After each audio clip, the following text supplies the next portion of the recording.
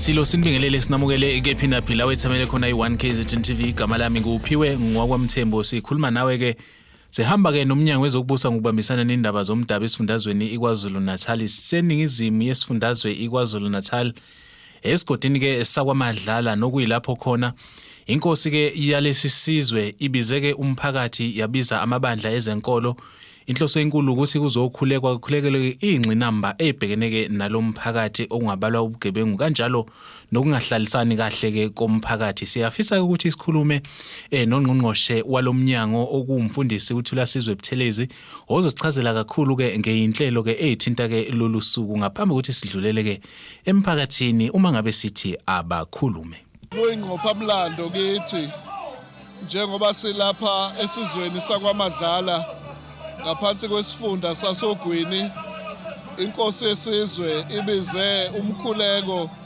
wesizwe sonke okuhlanganisa zonke inhlaka zomphakathi ukuthi kuzokhulekwa ikakhulukazi ukulwa nobugebengu ikakhulukazi ukuvuselela unembeza kubantu bakithi ukuthi siphile ngokuthula nangokubekezelelana.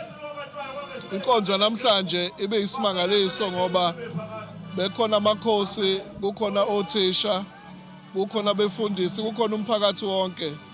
Thina njengohulumeni waKwaZulu Natal esikubona kusemqoka ukuthi ibandla libambe iqhaza layo ekubumbeni isizwe. Sizizwa ke sihloniphekile njengomnyango wakwaCocta ukuba ingxenye yalomsebenzi esiugqugquzelayo ukuthi onke lapho amakhosi ekhona wonke lapho umphakathi ukhona uhlangane nenhloso enhle yokulwa nobugebengu nenhloso yokuvuselela unembeza nokuvuselela ubuntu phakathi kwethu.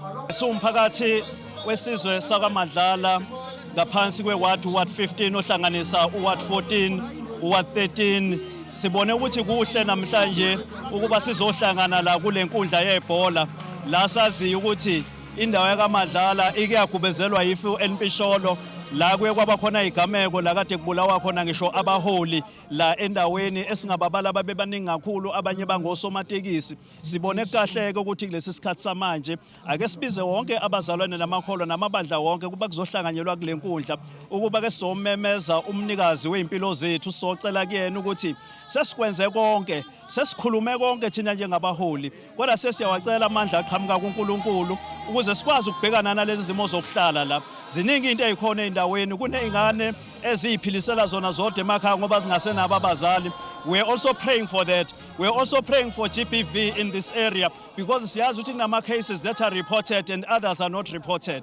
Sibone ukuthi kahle ukuthi kuzohlangana la kule ndawo. Okunye okukhulu ukuthi there is a high rate of unemployment in this area. We are also calling God to intervene so that ukuthi bonke business people that are there now wonke ama business sectors that are there even the private sector akwazi ukuvula amathuba avulele ngisho intsha yendawo yakithi lana. Lolu hlelo sinalo namhlanje lokuthi sihlangane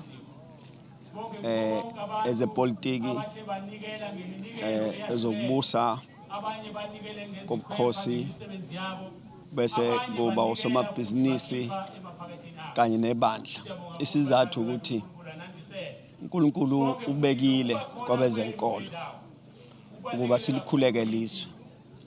Uma singazi ukukhuleka akufuni sibheke ukuthi khona uNkulunkulu azoyenza. So namhlanje kubonakalile ukuthi amaphoyisa ayazama kodwa kwanele. Amaphoyisa enkosi nezistructures zonke ezikhona ziyazama kodwa kwanele ngoba ibandla linabantu libonakala lithulile. Kwase kubonakala ukuthi ake sihlanganeni sibize abantu sibize amakholo siqale sikhuleka ngoba siyazi ukuthi uNkulunkulu uyayiphendula umthandazo and that's the reason why sikhona namhlanje. Namhlanje ngize emkhulekweni wesizwe obizwe inkosi yakaMadlala umntwana. Ngizizwa ngikhululekile kakhulu ngoba inkosi ithe mangabe sibikela ngalomhlangano noma umkhuleko sabona kubalekile ukuthi siuhambele. Kodwa lokho kusibuyisela ithemba because bese lisilahlekele kakhulu ithemba ukuthi sizoba nokuthula la kaMadlala besicaba ukuthi phela kwake kwaliwa lana kwaba nodlame olukhulu.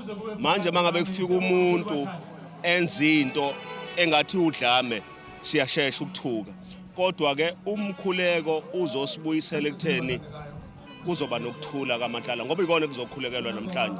So ngikhululekile umndeni wami engiwakhile uzohamba ukhululeke kule ndawo ngoba otherwise uyazi ukuthi ngaphandle kokusaba mina ngiphinde ngisabele bona ukuthi hey baphephile yini. So kusho ukuthi mina ngikhathazeka kakhulu ngento encane kodwa ngikhathazeka kakhulu ayincane lento ngoba kuhamba umuntu. Can you imagine lo muntu uyi-breadwinner sekufanele manje siye emzini wakhe siyolekelela ekutheni lento abayefisa ukuyenza noma umndeni wakhe abafisa ukuyenza silekelele. Now can you imagine uma ngabe kuthiwa omunye wethu like me ngiyi-breadwinner izingane zami namakhosi zami kusho ukuthi kuphelile ngawo.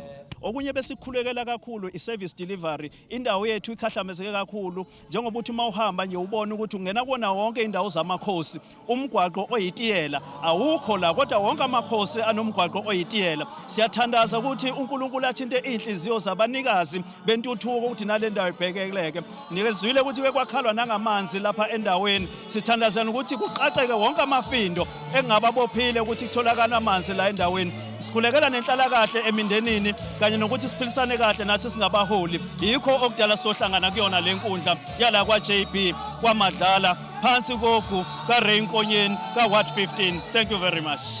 Ngiyafisa ukusho ukuthi usuku lwanamhlanje luhambe kahle kakhulu because tina when we were planning initially we requested ukuthi mhlawumbe silethelwe nje abantu abawu200 but you can see the masses that are here, the thousands of people that are here. It shows ukuthi abantu bakule ndawo bebeyilambele lenkonzo bebesilambele lesisimo and banale passion yokuthi lokho esikufisayo as the part of developing this area babe ingcenye kodwa sesiqhamukela manje ngokwenkolo. Kungakho ke ngibale ngithi we had a successful day and also ilanga singabona ukuthi izulu linjani. Yesterday it was like it was going to rain but we had to pray for this day. That is why it is quiet.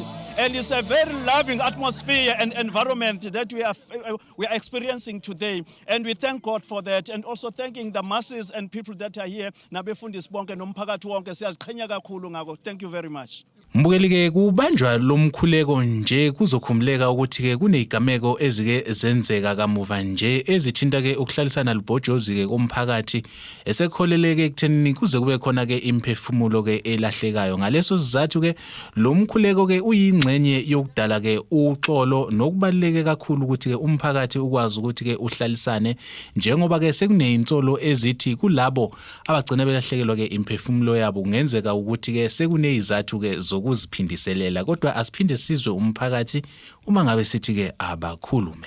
Sizokhulekela uxolo, but not just peace but everlasting peace. Bezokhulekela uxolo lwaphakade njoba bekhona no MEC uTD Buthelezi ubezosilekelela uqhubezela ikhulu ekukhulekeleni uxolo esweni sakithi kwaMadlala. Siyazi ukuthi kulinyazwe uBoy Hlophe owalinyazwa emini wayeshawe ngolwesihlanu kuBoy kwase kuthi uHlophe wayeseshawa ngesonto ngo3 bephinda beyilungu lomkhandlu wethu ke ebamba iqhaza ezintweni eziningi eyilungu leward committee euhlalo weforum yala esizweni sakithi. Ngakho ke besizocela wonke umuntu wakwaMadlala ukuthi ayinikele oxolweni. Sithi wonke umuntu akabophi isifociya. Sicela noNkulunkulu ukuthi akhiphe inhliziyo yetshe kulaba abanenhliziyo ezibukhulu kodwa uNkulunkulu afake inhliziyo kamoya. Sisho njalo ke bafowethu siyathokoza. Esikuzwile ukuthi kuhlaselwe umfowabo angazi noma bahlobene ngesibongo yini wayesethi yena labantu abenze lo monakalo onjalo ngeke baphile isikhathi eside. Kusho ukuthi labantu bezwa le nto. That is why mawuzwa umfundisi uShibe kade eshumayela lapha uthi kungenzeka ukuthi impimpi ikhona around because labo bantu bezwe kanjani ukuthi lona ukhulume kanjani ngaphandle kokuthi bezwe ngomuntu abekhuluma kuyena then ke basele abantu beyabuya bezolimaza lowo muntu uyabona so ke kusho ukuthi ngenye indlela sazi mina ke ngikhuluma nani nizotshela izwe lonke kusho ukuthi mabediniwe ukuthi umseleke ukhulume kabi sekuphelile kabi kodwa ngoba sekuthandaziwe nginalo ithemba ibandla lidlala iqhaza elibaleke kakhulu yingakho sithi ibandla ngeke thina sibukele njengohulumeni kodwa sizosondela sibambisane nalo ibandla ukuze sivuse isimilo sabantu bakithi. Mbukeli ke seseliflathela leli ke eliseningizimu yesifundazwe iKwaZulu Natal siliguqisa kanjalo uhlelo besithi abakhulume samsana ke nomnyango wezokubusa ngokubambisana nendaba zomdabu kusona ke lesifundazwe. Igama lami nguphiwe ngokwemthembu uncedi inyoni encane yasha amaphiko yandiza. Ngivumeleni ngiguqe siguqeni sonke siyothi sukuma kuwe kusoluzayo inkosi inibusise.